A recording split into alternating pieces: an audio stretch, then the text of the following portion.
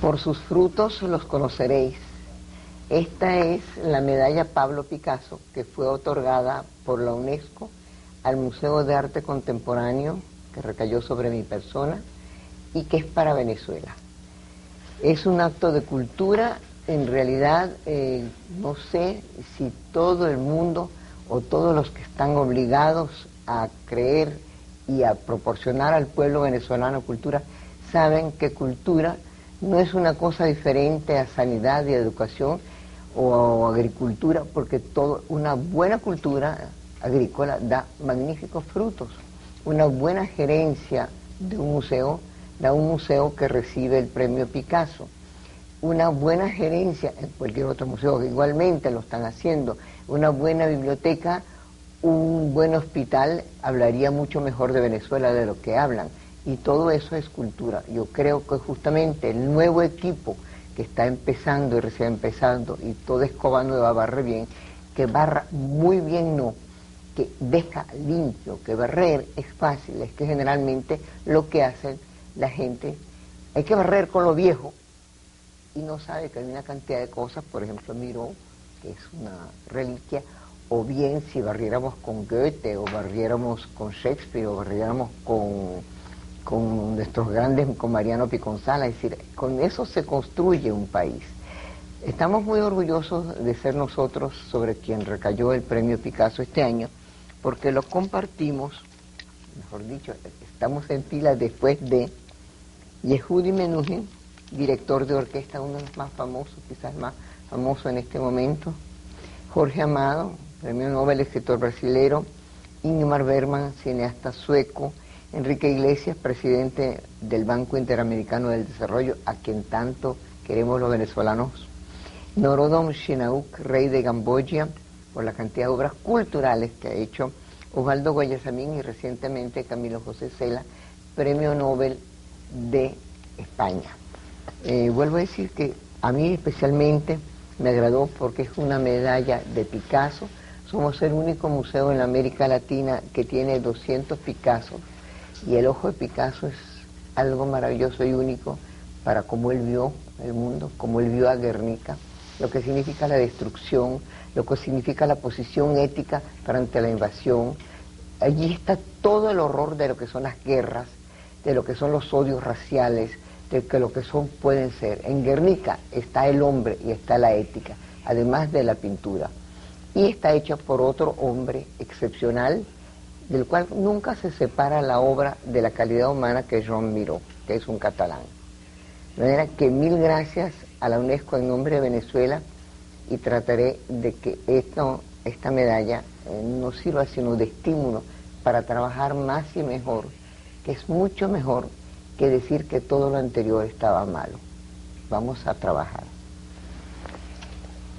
Creo por eso que hoy dije, voy a invitar a una venezolana muy joven, muy exitosa, muy competente, que hizo sus estudios en Venezuela, que trabajó mucho en los Estados Unidos, porque no hay que negar que una tecnología y una capacidad es lo que nos hace falta para traerla a nuestro país y aplicarla, y es nada menos que endocrinología de los niños. Creo que el mundo de los niños, la gente, todo el mundo se pone tierno con los niños. Yo siento no haber traído una de esas propagandas de los niños, todos los bebés son rubios y amarillos. Y resulta que la educación de un niño no es solo comida, y no es solo escuela, y no es solo hospital, y no es solo familia. El niño es un ser humano que hay que tratar en su integridad. ¿No es así? Cecilia es Cecilia Capriles de Fernández, esposa de un cirujano joven también de la nueva generación, Carlos Fernández. Si yo le digo Carlos Felipe Fernández, pero a veces se me va el otro nombre, pues le digo cariñosamente como le digo. Y ella hace una cosa que es difícil de hacerlo a gran número en los hospitales, ¿o no? Es que endocrinología infantil, ¿no es así? Sí. Pues mientras tú hablas yo voy buscando tu currículum, que es muy grande. Sí, bueno, lo que yo hago es endocrinología infantil y del adolescente, y es lo que comprende la parte del crecimiento y el desarrollo y el cambio del niño desde ser un bebé hacia un infante, después el paso de este niño hacia la conversión en un adolescente y más que todo el adolescente que posteriormente se transforma en adulto, o sea, todos los cambios tanto orgánicos como psicológicos que acompañan ese paso del niño hacia la adolescencia y del adolescente hacia el adulto. Difícil de hacer en los hospitales, probablemente como si nosotros nos pasamos a la parte de la patología, una vez que hay trastornos endocrinológicos, yo diría que sí, si hay ciertas dificultades, a pesar de que yo en este preciso momento no estoy trabajando en un hospital, sí hay dificultades. La mayoría de los tratamientos que se aplican en endocrinología cuando son necesarios son sumamente costosos y no están al alcance de la gran mayoría de la población, inclusive de las personas que tienen medianos recursos. Pero digamos que una gran parte de la patología que se ve o lo que se piensa que es una patología o de la enfermedad que se ve, o sea, muchas veces el niño es referido pensando que tiene una enfermedad y simplemente puede tener una desviación del desarrollo normal, pero que cae dentro de patrones normales.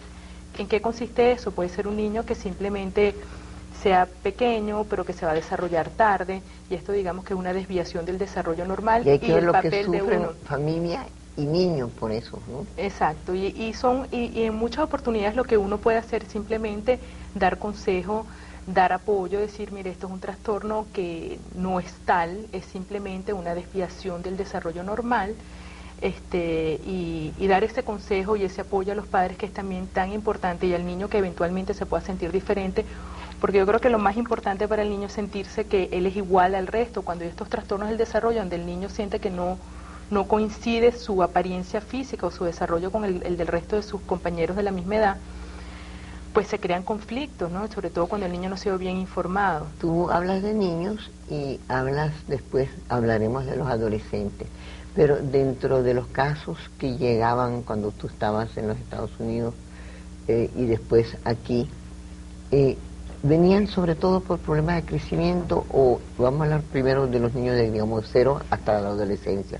¿Cuáles eran los problemas máximos, es decir, la frecuencia mayor de los casos consultados? La gran mayoría. Perdón, te interrumpo porque creo que es diferente en un país con una gran conciencia y con un acceso a los hospitales. Tú estabas en uno de los mejores hospitales de Estados Unidos, en Boston, a nuestra población que no sabe mucho porque está desorientada, porque inclusive no hay información. Te dejo hablar. La gran mayoría, digamos que casi el 50% de los pacientes que uno ve en una consulta de endocrinología pediátrica son niños diabéticos.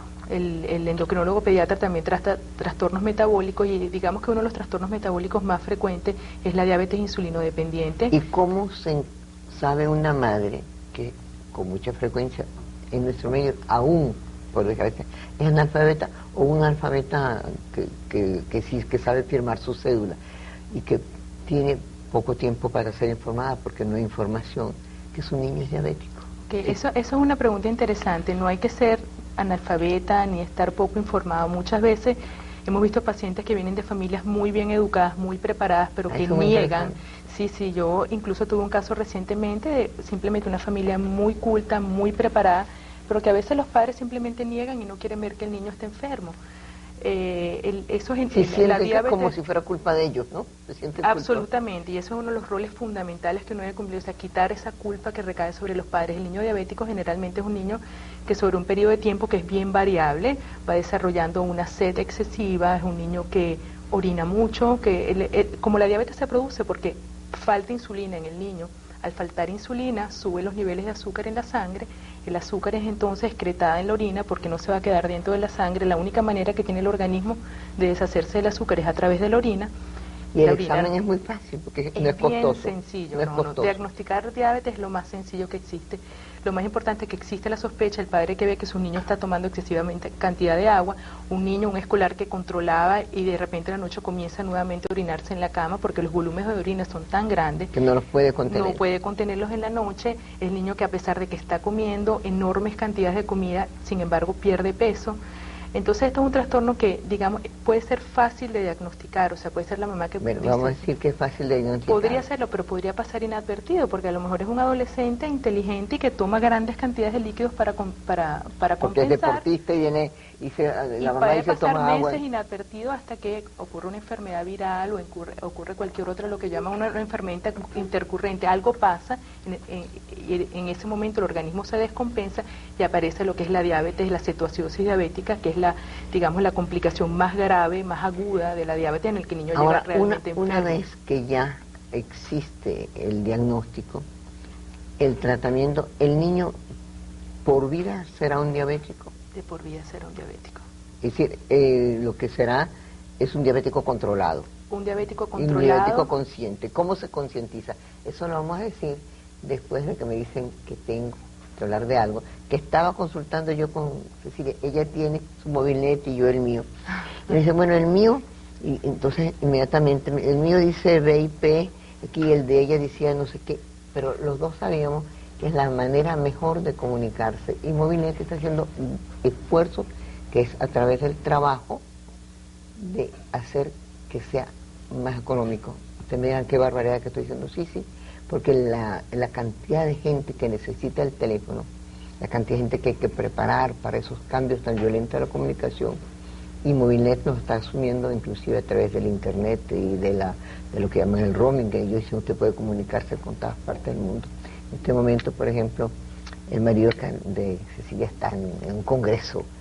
¿Dónde? En San Diego. En San Diego. Entonces me dice, acabo de hablar con él. ¿Cómo hablaste por el teléfono? ¿Cómo puedo decirle? Ella, mira, te dijo que te quería mucho. Claro que sí. Bueno, eso bueno, el teléfono sirve aunque sea para eso. Y como tú Para no veías la levantar el verdad, ánimo, y claro. estaba con una rubia. No, sí, ella me dijo que había bailado mucho anoche, pero que se portó bien. Bueno. Yo no sé, la confianza reina. Eso, ahora, absolutamente. Ahora, en la confianza de una madre hacia su hijo, madre y padre, hacia un niño diabético, ¿cuál debe ser la actitud de los padres? ¿Cuál debe ser la actitud del médico? ¿Y cuál debe ser la posibilidad económica? Eso es un tratamiento por vida. ¿Quién no puede? ¿Puede el Estado? ¿O la insulina es muy cara? Es decir, ¿cuál es el...? Ok, lo que ocurre es lo siguiente. Gracias a Dios, la insulina es uno de los medicamentos, digamos, menos caros dentro de lo que se trata la patología en endocrinología. Un frasco de insulina está alrededor de 7 a 9 mil bolívares, depende de donde el paciente lo... ¿Cuánto para un depende, porque si un niño pequeño, un infante, puede necesitar poquitas unidades, o sea, la cantidad de insulina que necesita el niño del peso del niño. Tamaño. Y entonces un frasco de insulina puede durarle a un lactante 3 meses y tenerlo que botar, porque lo que queda después de 3 meses hay que botarlo. O puede durarle a un adolescente 2 semanas o un mes, o sea, es variable. ¿Son los hospitales variable. venezolanos capaces de dar la cantidad de insulina? Hay muchos diabéticos en Venezuela, estamos hablando entre la población que tú manejas, que es la más grande, entre niños y adolescentes. Hay mucha diabetes en Venezuela, es el venezolano más propenso.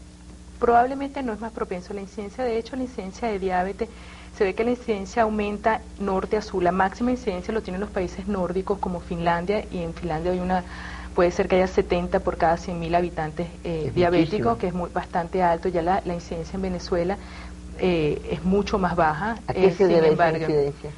No se sabe exactamente qué se debe. La diabetes juvenil, que es la diabetes que se produce porque se destruyen las células del páncreas, que a su vez se produce como consecuencia de un mecanismo autoinmune. ¿Qué es autoinmune? Que el propio organismo produce sustancias que atacan a ciertas células del propio organismo, por eso se llama autoinmune, son anticuerpos contra células del organismo. Entonces hay una predisposición genética y ahí recae muchas veces la culpa de los padres. Dice, ¿qué hice yo? ¿Por qué le pasó? ¿Cómo pude yo haberlo evitado? Y también una es curioso. Madre diabética. Es una cosa que tienen que oír muy bien, porque sí es posible. ¿Qué puede hacer una madre que sabe que es diabética, digo, madre o padre, puede mejorar algo si hace algo para que el niño no sea propenso? ¿O eso es, como dicen a la buena de Dios, salió o no salió diabético? No, ahorita hay muchos estudios en curso con respecto a la prevención de la diabetes en las poblaciones de alto riesgo. Si uno tiene lo que se llama un pariente consanguíneo en primera línea, es decir, padre, madre o hermano, con diabetes insulino dependiente, que es la diabetes juvenil o diabetes tipo 1, hay una incidencia que pasa de ser de 7 en 100.000 que pueda alcanzar hasta un 3 a un 5%, es decir, la incidencia definitivamente aumenta. También vale la pena decir, para no preocupar a estas personas que son diabéticos. Sí, ¿pero qué pueden hacer? Entonces, ¿qué pueden hacer ellos? Antes de desarrollarse la propia diabetes, o sea, la propia enfermedad, se desarrollan estos anticuerpos. Estos anticuerpos pueden ser detectados en el organismo por exámenes de sangre, incluso 10 años antes de que aparezca la enfermedad. Los estudios que se están llevando a cabo ahorita lo que hacen es tratar de detectar en las poblaciones de riesgo si hay presencia de estos anticuerpos. Pero si lo saben. Una vez que uno sabe que la persona tiene anticuerpos, los estudios lo que están haciendo ahorita es tratar de poner en reposo las células que producen insulina, estas células en el páncreas, mediante la administración de dosis pequeñas de insulina. Ahora, la pregunta es, ¿vale la pena? Vale la pena, sí. Eso yo creo que es la pregunta más importante y el mensaje que yo trato de transmitirle a mis pacientes. ¿Hasta qué punto vale la pena? Ahorita los estudios dicen que probablemente la incidencia sobre 10 años disminuya, y al comparar dos grupos que no fueron muy bien seleccionados, el estudio más grande todavía está en proceso, sí se ve que el grupo que no recibió tratamiento, la progresión hacia la diabetes es más rápida que la que recibe tratamiento. Como esto es realmente demasiado complicado para nuestro país y posiblemente no se demasiado, pueda. eso no se está aplicando aquí. ¿Cómo se hace, por lo menos en la clase que tú ves, que es de clase media, que hace grandes esfuerzos por sus hijos, y la clase alta, que no hablemos de ellos porque tienen eso, para obtener la insulina? Y muchas veces inclusive yo he visto en la prensa que dice que carecemos de insulina, que no llega suficiente insulina. Y al niño, y la otra cosa, cómo se le enseña al niño, pequeño no, pero cuando ya empieza, ¿en qué momento se le enseña que es una persona que es dependiente, pero dependiente de un orden, de una regularidad en su tratamiento? Un tratamiento que haga diario, interdiario, lo que sea, pero hay una disciplina. ¿Cómo se le enseña? Yo creo que lo más importante... Y que no lo haga diferente a los demás. Bueno, lo más importante es eso, esa palabra que acaba de decir, la disciplina. Cuando existe disciplina y el paciente y las familiares están conscientes de que tiene que haber disciplina en cuanto a inyecciones y horarios de las comidas, y que el niño va a tener aquel niño que es disciplinado con sus comidas, es constante con con el volumen de comidas que ingiere, porque ahora que hay que adaptar la cantidad de insulina a la cantidad de comida, a los horarios. Bueno, o sea, lo que tú me dices es desesperante. Porque es desesperante, pero lo hacen, y lo hacen muy bien. Sí, pero lo hacen, pero tú te imaginas, yo siempre pienso en nuestra mayoría, y lo dijo el presidente constitucional, el 80% de pobreza. ¿Tú crees que una persona, una madre, tú que conoces tanto los hospitales de aquí, lo logran? Yo pienso que sí se puede no lograr. pueden dejar al niño, entonces lo dejan por ahí, y el niño pues no sabe. El niño pequeño es un drama, ¿no? El adolescente, hay que saber, no. El adolescente quizás no tanto, hay que encontrar cuál es el momento preciso en que el niño va a ser capaz de autoadministrarse sus propias inyecciones, de controlar, pero de controlar el volumen que comen, de saber que el niño diabético no puede saltar una tiene comida. El mismo que freírse, como dicen las tostadas, él tiene el mismo que coger, si hay una nevera o lo que sea, su comida. Muy difícil que tenga horario, pero no hablemos de las cosas desesperantes, hablemos de las cosas buenas que se pueden hacer. ¿Qué podemos hacer por el otro problema que me han llamado ya? Mira, dame el nombre de fulanita, porque mi niño es chiquitico y los hermanos son grandes y la familia no es chiquitico, y es un drama. Te advierto que por mí no me gustaría recriminar a mis padres, pero yo deberían haberme consultado a ti antes, que hubiera existido. Los míos también, a lo mejor por eso estoy ahí. Pues somos de metro y medio, ¿no? ¿Cómo se hace para que el niño el problema del crecimiento? Ok, los problemas de crecimiento, bueno, la primera parte es tratar de ubicar, ¿es realmente un problema o es simplemente una talla baja familiar, ¿no? Lo más importante es que... Ves que la talla baja familiar, tú sabes, quiere... La talla baja familiar es generalmente el papá y la mamá, que vienen preocupados porque uno de los dos que fueron de talla baja y sufrieron como consecuencia de esa talla baja, y no quieren que su niño pase por lo mismo. La pregunta sería, ¿hay algo que hacer por estos niños que genéticamente son bajos, que vienen de talla baja? No hay nada que hacer, o sea, no hay nada que hacer, no. Hay estudios, porque mucha gente escucha, yo creo que es importante que para la población quede claro, que han habido muchos estudios donde se utiliza lo que es la hormona de crecimiento, que sí, yo lo he oído, para tratar niños lo he visto, sanos. Cecilia, en revistas de geoparamédicas o médicas, donde en Inglaterra se han hecho estudios a base de la constitución de la muñeca, no sé, algo así. Inclusive tuve un profesor inglés de la Tavistock que sí creía que había una hormona de crecimiento. Exacto, la hormona de crecimiento, por supuesto, la hormona de crecimiento existe, y los niños que son bajos como consecuencia de que producen insuficientes cantidades de hormona de crecimiento, son definitivos candidatos para recibir hormona de crecimiento, y estos niños van a crecer normalmente. Yo hace poco vi un paciente de 7 años que mide igual que un niño de 2 años, porque tiene déficit de hormona de crecimiento y no ha podido recibir el tratamiento adecuado porque es un tratamiento sumamente costoso. Caemos otra vez en el problema social. Pero ¿qué es ¿cuál es el mensaje? Vamos a darle ahora, ¿cuál es el positivo. mensaje? El paciente que es bajo como consecuencia de un déficit de hormona de crecimiento, y ese es el papel de uno como el endocrinólogo, hacer el despistaje. Este paciente es bajo porque tiene un déficit de hormona de crecimiento, más este no. Ellos tienen patrones de crecimiento diferentes. ¿Cuál es el patrón típico de un niño que realmente tiene un déficit hormonal? El tamaño normal de una mujer venezolana de las generaciones nuevas, y no totalmente desprovista de comida, sino totalmente por cuestión pues alimentaria, ¿es cuánto? Aproximadamente 1,65 m. ¿En una mujer? Una mujer. Y el hombre promedio mide aproximadamente 1,78 m. Digamos que eso es le puede el poner hormona de 50. crecimiento y cosas de esas. Sí, bueno, eso digamos el percentil 50.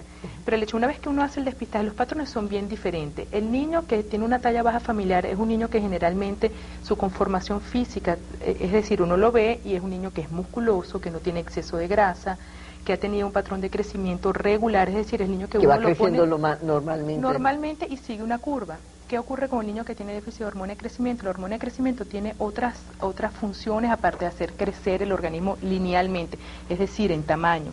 Además de eso, es una hormona anabólica. ¿Qué quiere decir anabólica? Que hace que uno asimile las proteínas, por decirlo de una forma, y por lo tanto los niños que Pero tienen... tú lo logras mejorar, por ejemplo. Claro que sí, el niño que tiene déficit de hormona de crecimiento crece cuando se le pone su hormona de crecimiento y alcanza una talla final como es esperado genéticamente que él la alcance. Mientras que el que no tiene déficit de hormona de crecimiento, que es la gran mayoría de los pacientes que consulta, porque esto es una enfermedad que afecta probablemente, el déficit de hormona de crecimiento como tal afectará de 1 en 60.000 a 1 en 100.000 niños, o quizás la incidencia es aún menor.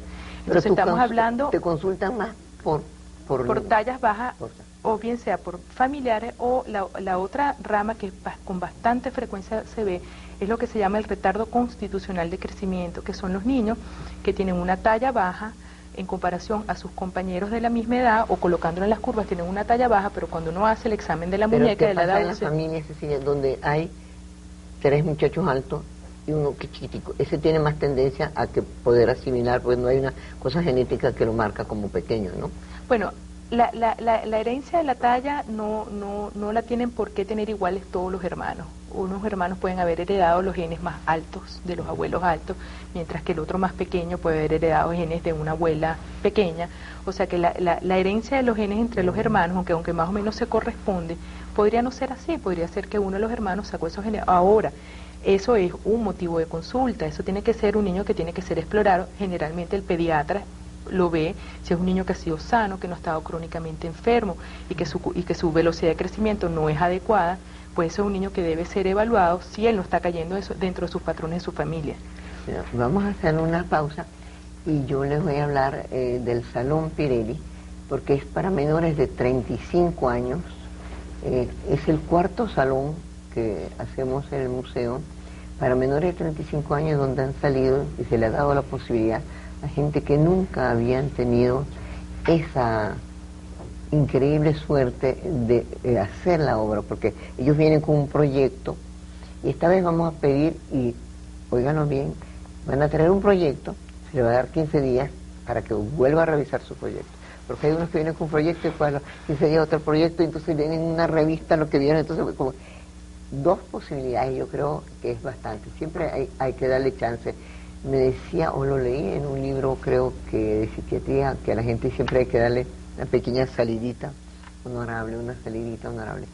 Y como siempre me gusta comentar las cosas, en una ocasión, muy recientemente, hablaba con el periodista, ensayista, historiador Jorge Olavarría, y le dije, Jorge, a ti sí que te gusta el poder.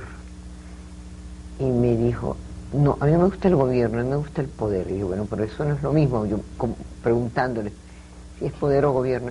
Yo, no, a mí me gusta el poder de escribir lo que quiero, decir lo que quiero, sentir lo que quiero, vivir como quiero, caminar como quiero, es decir, con seguridad. Y me pareció que esa es la máxima ambición, y el sentido de la libertad pues se le puede aumentar a todos, porque pues existen los derechos. Pues uno siempre habla de los deberes, el debe, pero de los derechos, pero nadie habla de los deberes. Uno de los deberes es informar correctamente. Es por lo menos lo que hemos tratado de hacer en este canal cuando hacemos trabajos de divulgación médica, que primero no hacer daño. Siempre que lo hago en radio, en prensa o televisión durante años, quisiera pues haber logrado lo que me he propuesto, es buscar las personas idóneas que hablen de cualquier tema que es vasto para todos los venezolanos, y muchas veces una buena información dada sin excesos que asusten, pero previniendo es la mejor medicina, la preventiva. Hemos hablado bastante, Cecilia, no suficiente, pero de niños y de bebés. En esos son los polos más importantes, ¿no? La diabetes y el crecimiento por los cuales consultan. Y también trastornos en la pubertad. A esos que voy ahora. Pero vienen entonces los trastornos de la pubertad, y en ese momento las madres y los niños y los pediatras tienen serios problemas de a dónde acudir. Si el pediatra puede seguir viendo al niño porque ya está en la edad o porque ya aparecieron los síntomas de la pubertad, la madre dice, caramba, un médico nuevo, ¿cómo será? El muchacho está acostumbrado con su pediatra. Muchas veces los padres se consultan con pediatra. Y en el caso nuestro, mucho las niñas. Hasta hace muy poco yo hice 2 o 3 programas con una doctora que ya pues creo que ejerce poco porque se dedica más a conferencias, que es la doctora Bacalao, que fue una de las primeras que hizo ginecología de juventud, pues de muchachas jóvenes. El problema, y lo tenemos todos los días con la gran población de niñas que salen embarazadas antes de los 15 años. Pero todo eso se mezcla en consultas, por ejemplo, que te van a ti, que no solo para embarazo, eso en otro. ¿Cuáles son las consultas de ginecología, o no hablemos de ginecología porque es de niñas, pero de la pubertad, que deben ser consultados? ¿Por qué una madre o un padre deben ir a casa de un médico por problemas de pubertad? Bueno, la pubertad, para definirlo un poquito, es ese paso del niño hacia el adolescente y que se produce como consecuencia de que comienzan a producirse las hormonas del desarrollo, que en las niñas son básicamente los estrógenos, digo básicamente porque hay otras, y en los varones la testosterona, y esto conlleva los cambios típicos de la pubertad. En la niña el crecimiento de las glándulas mamarias, en los varones el crecimiento de los testículos y los cambios típicos, la aparición de vello sexual. Esto ocurre típicamente en las niñas a partir de los 8 años y en los varones a partir de los 9 años. Eso es porque somos tropicales, porque generalmente en los países nórdicos un poco más tarde, ¿no? Es un poco más tarde. Inclusive ahorita se está aceptando, no, es un hecho, que en los países sobre el Ecuador y también en los Estados Unidos las razas que ellos llaman afroamericanos y los latinos en los Estados Unidos, se hizo ahorita un estudio donde se ve que el desarrollo ocurre antes en estas razas, tanto en los latinos como en los latinoamericanos, como en las razas afroamericanas. Eso retarda, es decir, hay que ver lo que trastorna la pubertad, no solamente al entorno, sino al niño o a la niña, empiezan a verse diferencias. Eso puede acelerar o retardar su evolución psíquica, su aprendizaje, porque su cuerpo le toma tanto interés, le toma tanta curiosidad. Ya. ¿Cómo es esa relación? Yo creo que hay que separar bien 2 grupos, ¿no? Existe, cuando hablamos de pubertad, cuando hablamos de que están ocurriendo cambios, ¿no? Y entonces uno habla de que hay una pubertad precoz cuando está ocurriendo antes de los 8 años en las niñas. ¿Antes de los 8 años? Definitivamente, hay niñas que pueden presentar. Usted, que una niña que está en la escuela, un 3er, 4 grado, si corresponde eso, de repente se ve que todo en ella cambia, debe sentirse realmente con un cambio que necesita hablar de eso, que le expliquen que eso, que sea muy claro. Yo creo que ese es el punto más importante. Yo creo que el niño le teme más que todo a lo desconocido, a no saber qué le está ocurriendo a su cuerpo. A lo desconocido. Y un niño más todavía, cuando el niño no comprende los cambios, yo lo primero que hago, inclusive por las preguntas que uno tiene que hacer a los padres, aclararle a los niños que esto es algo normal, que yo le estoy haciendo la pregunta a su mamá de si tienen olor en el cuerpo, si hay vellos, o si hay cambios en sus glándulas mamarias, o cualquiera de estas cosas. Difícil. Pero el niño debe comprender que es un cambio normal, que está ocurriendo antes de Nadie tiempo. comprende que es lo de uno que es anormal es normal, sino inmediatamente si tú tienes un granito aquí, bueno, se te convierte en una cosa inmensa y el niño, la pubertad no es fácil en ningún caso. Y sobre todo que las mismas hormonas de la pubertad hacen al niño más irritable, menos tolerante. Incluso eso es una de las cosas que yo siempre les pregunto, ¿se ha notado eso? Porque es parte de la pubertad, es el cambio, esos cambios, ¿no? Y la irritabilidad, los cambios de carácter, que los niños, las mamás dicen que están insoportables, que por todo contestan, y todo eso parte quizás les haga a ellos incluso comprender menos los cambios que están pasando. Cambia también los patrones de conducta. Yo estaba el otro día en uno de esos baños de un club, sí, bastante común y corriente, y estaba sentada y las niñas no se veían observadas. Y eran unas niñas, creo que menores de 12 años, pero ya muy formadas. Y estaban de esos espejos, tú sabes, que tienen 3 cuerpos. Y hablaban igualito que su mamá. Pero tú crees que yo, mírate, tú crees que yo debo enflaquecer o yo me estoy bien. Y claro, después se quitaban, pero se pintaban y todo. Es decir, todo el patrón de conducta de un muchacho normal de 12 o 13 años que todavía está, digamos, aunque sea en juegos inteligentes, en la búsqueda de lectura, en el internet que es tan apasionante, se convierte en un cambio enorme. Sí, las hormonas le hacen esa jugada a los adolescentes definitivamente, y a los padres, a la sociedad y todo. Pero en este caso lo que se ha visto es lo siguiente, muchas veces los papás consultan porque, y es un motivo de consulta, cualquier niña que tenga un desarrollo mamario, que es lo que uno ve con mayor frecuencia antes de los 8 años, debe ser por lo menos un motivo de consulta al pediatra para que el pediatra diagnostique, porque muchas veces es la vecina que dice que está comiendo mucho pollo, y eso no es verdad. O sea, uno piensa que es las hormonas que contiene el pollo. Hasta donde yo sé, eso ya no está ocurriendo en Venezuela, eso ocurrió hacia los años 80, ya los pollos no están siendo alimentados con hormonas, sino que hay que buscar una causa por la cual la niña está desarrollándose antes de tiempo, que es el mensaje más importante, que si esto llegara a ser como consecuencia de que el proceso de la pubertad se activó antes de tiempo, siempre hay algo que hacer y la pubertad puede pararse y existen tratamientos efectivos para parar este desarrollo una vez si este se ha iniciado en forma temprana. ¿Cuáles son las consecuencias? Son básicamente 2. Una es la parte psicológica que estábamos hablando, de la niña que se siente diferente, de la niña que se siente rechazada porque quizás en ese determinado momento es más alta y más desarrollada que sus compañeras o sus compañeros, o lo contrario en el varón, y también las consecuencias desde el punto de vista orgánico, que es que la niña que se desarrolla antes produce sus hormonas sexuales antes, crece, se da su estirón puberal antes y termina siendo más pequeña porque simplemente los huesos maduran más rápido y terminan... Dentro del proceso social, que quizás el que a mí me angustia más, porque los otros pueden ser tratados con clínicas, con padres que pueden, etcétera.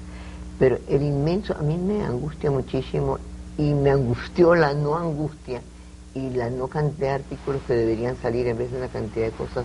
Bueno, en aquel entonces que salió era justo las elecciones, era el momento entonces de cada uno querer ubicarse en el nuevo gobierno, entonces no había tiempo para pensar en el país, sino en ellos mismos. No salió ningún artículo cuando la primera niña que nació en 1999 fue de una niña de 15 años, pero lo que yo vi después, porque hice una pequeña investigación, que hace 50 años era una niña de 13 que había dado luz. De manera que eso a mí me angustia enormemente, ha angustiado a la Iglesia Católica, ha angustiado a los sociólogos, y creo que no ha angustiado a más nadie.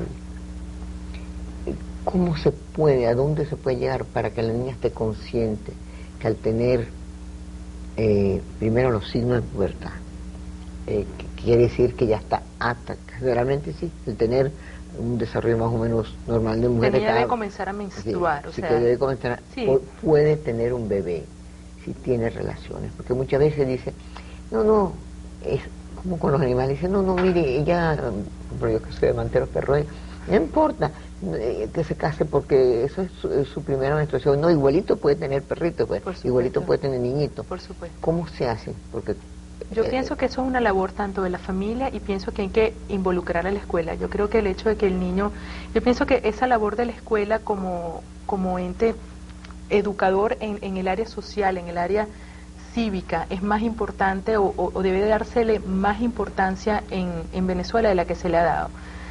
Yo pienso que la madre tiene que hablar con su hija, tiene que explicarle es muy relativo. Es relativo, en las clases pero pobres, no hay más porque nada la madre que hacer. trabaja mucho y tiene... No se puede hacer más y nada. en las clases altas porque la madre no tiene tiempo, porque otras cosas le toman como la moda, los fuegos caritativos, todas esas cosas le toman tiempo y no tiene.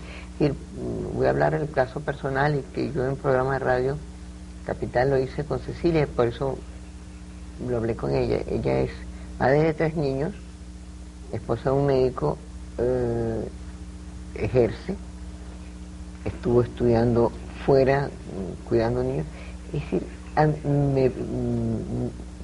les demuestra que ninguna persona tiene excusas para no hacer una cosa porque hace otra. Yo creo que eso debe es muy mantenerse importante. siempre. O sea, yo por lo menos es algo que yo practico como madre, que es la conversación abierta. Yo a veces me impresiono de la confianza que tiene mi hijo de 7 años conmigo, y eso a mí me enorgullece ampliamente.